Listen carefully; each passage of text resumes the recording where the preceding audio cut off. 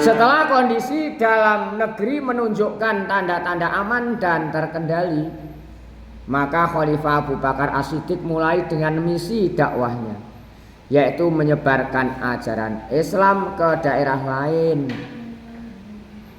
Penyebaran Islam sebagai rahmat bagi segenap alam itu dilakukan dengan upaya pendekatan damai sehingga bukan bentuk dari penjajahan. Seperti yang di Indonesia ini, yang menyebarkan Indonesia adalah termasuk di Pulau Jawa Wali Songo. Wali bukan hanya sangat Songo, tapi banyak sekali. Ini yang tercover dalam sejarah yang penyebaran Islam dengan dasar adalah di Pulau Jawa Wali Songo. Nah, ini pada waktu itu perluasan wilayah Islam pada masa Abu Bakar As-Siddiq. Khalifah Abu Bakar As-Siddiq menekankan kepada para panglima untuk menghindari peperangan.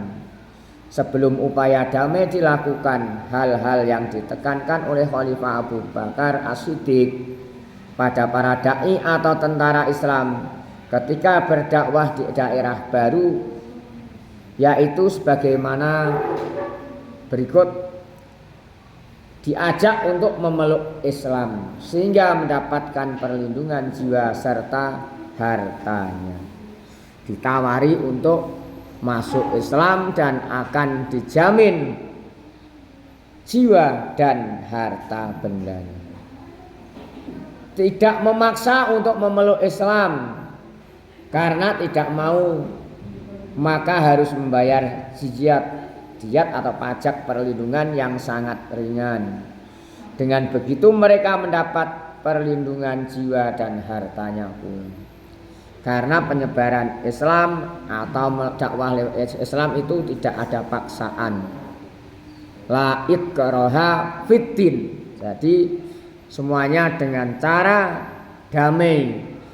Wali Songo di Jawa juga demikian. Lewat budaya disisipi dengan ajaran-ajaran Islam yang disampaikan pada masyarakat waktu itu. Nah, apabila dengan jalan damai tidak mau, maka mereka akan bagaimana? Bertindak lain. Dengan ketiga pedoman itu, para pendakwah atau kaum muslim mendapat sambutan yang menggembirakan dari penduduk daerah baru tersebut. Waktu itu di daerah Arab, Jazirah Arab sana, tak dipungkiri sebenarnya banyak rakyat dari daerah lain yang sangat mengharapkan kedatangan kaum muslimin karena kepenatan terhadap keadaan mereka. Hal itu membuktikan apa? Bahwa Islam sebagai rahmat bagi seluruh alam benar-benar menjadi kenyataan dan damai. Daerah baru yang menjadi sasaran dakwah Nabi Muhammad adalah daerah yang berada di bawah kekuasaan Persia dan Byzantium waktu itu. Itu yang daerah barunya.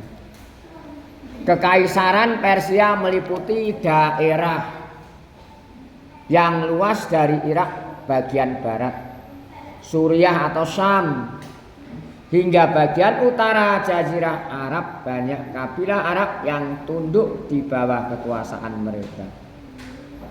Mereka melihat cahaya Islam belum menyentuh daerah itu, maka Khalifah Abu Bakar As-Siddiq ini mengirimkan dua panglima, yaitu Khalid bin Walid dan Musanna bin Harisah, untuk mengajak daerah tersebut masuk dalam kekuasaan Islam. Abu Bakar As-Siddiq mengirimkan di daerah tersebut, yaitu termasuk Persia yang meliputi luas sekali daerahnya, Irak bagian barat, Suriah, mengirimkan panglima dua. Siapa? Adalah mengirimkan Khalid bin Walid dan Musanna bin Harisah. Seluruh daerah Hira Anbar, Daumat al-Jandal dan Fars dapat mereka kuasai. Peperangan di wilayah kekuasaan Persia itu berhenti setelah Abu Bakar As-Siddiq meminta Khalid bin Walid berangkat ke Suriah. Waktu itu untuk apa? Untuk menambah kekuatan pasukan muslim yang menghadapi pasukan sangat besar dari Biantium pemegang pimpinan pasukan, kemudian dialihkan kepada Musanna bin Harisah. Ke Biantium akhirnya pimpinan panglima digantikan oleh Musanna bin Harisah.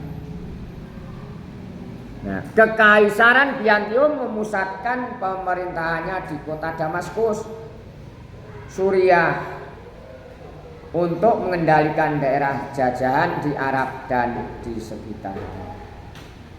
Dengan kekuatan tentara Biantium yang sangat besar itu, maka menghadapi mereka Khalifah Abu Bakar As-Siddiq mengirimkan pasukan berlapis. Pasukan kaum muslimin yang dikirim tersebut adalah pasukan siapa? Termasuk Yazid bin Abu Sufyan ke Damaskus, Amr bin As ke Palestina, pasukan Surahbil bin Hasanah ke Yordan, pasukan Abu Ubaidah bin Jarrah ke Hims. Ya, seluruh pasukan ini kaum muslimin ketika itu berjumlah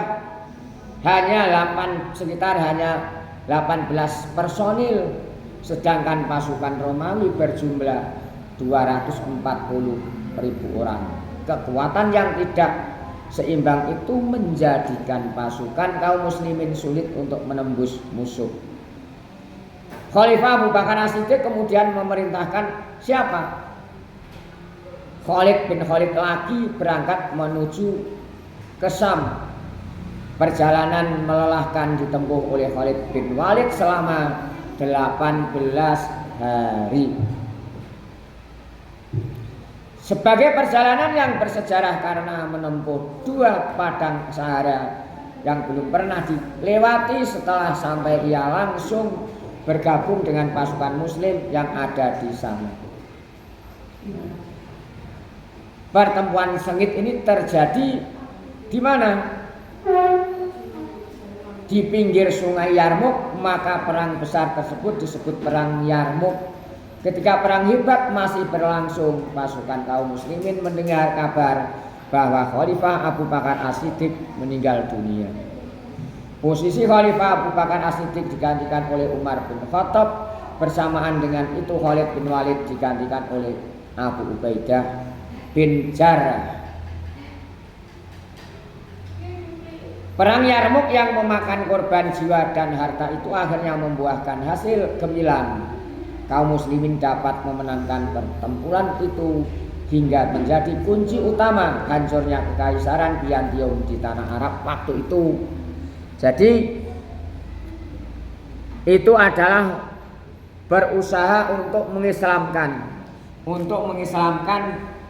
daerah-daerah atau wilayah-wilayah. Perlu perjuangan kuat, akhirnya juga kemenangan di pihak orang Islam. Untuk apa? Untuk berjuang. Jadi setelah dalam peperangan ada kabar bahwa Abu Bakar wafat atau meninggal, waktu itu pas perangnya di Yarmuk, maka dinamakan perang Yarmuk. Kalau perang Uhud karena terjadi di lereng Uhud. Perang Khandaq juga demikian.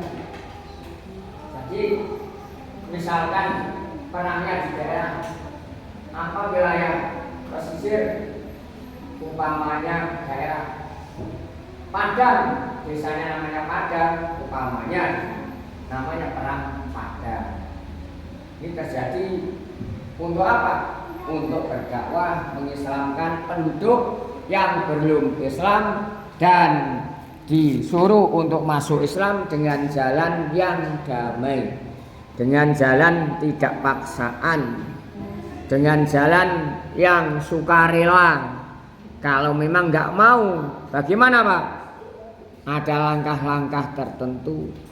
Ini kita sebagai generasi pejuang, generasi penerus harus mengerti dakwah-dakwah yang kalian lakukan di masa-masa hidup kalian di masa tua.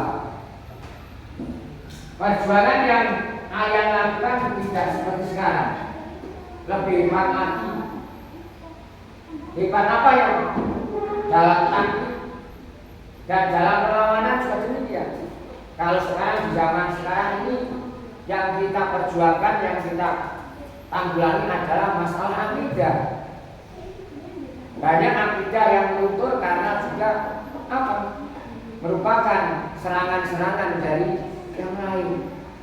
Misalkan pendidikan jangan sampai diserubung dengan hal-hal yang lain. Karena apa? Dampaknya generasi pejuang, generasi muda, generasi penerus bangsa, negara dan agama juga. Karena semuanya ini besok yang memperjuangkan juga kalian semua. Yang memperjuangkan apa? Desa ini ya kalian. Di tangan kalian semua perjuangan. Misalkan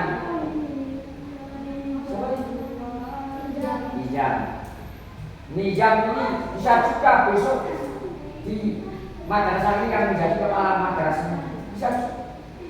Bisa juga Akbar besok menjadi imam masjid sebagai khotib.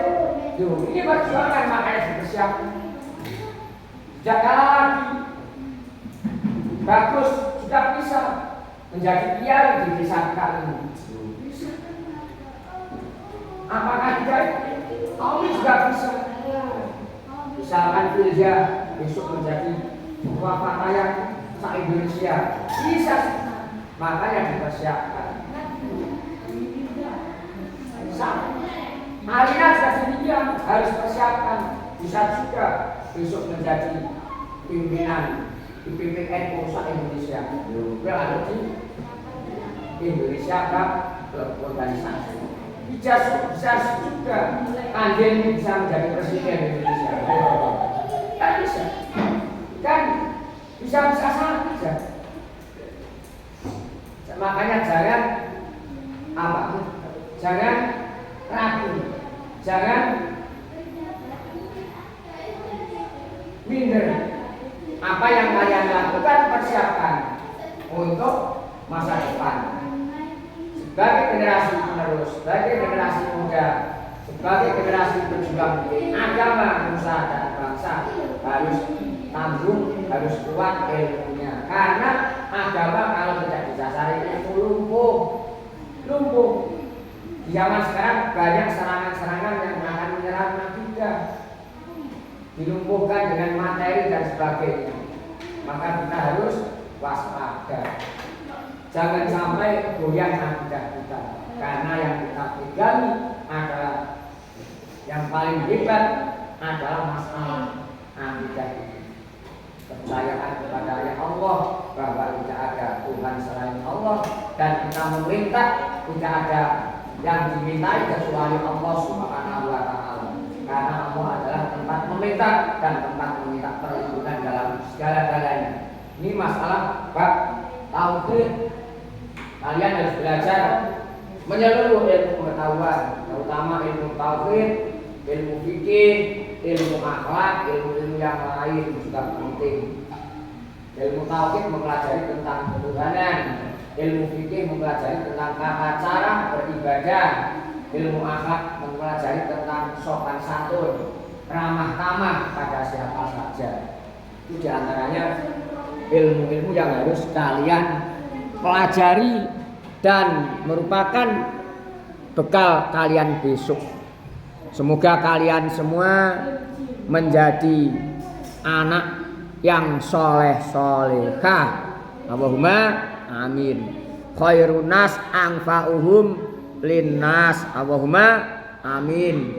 Mendapatkan ridho Allah Subhanahu wa Ta'ala. Amin ya rabbal alamin.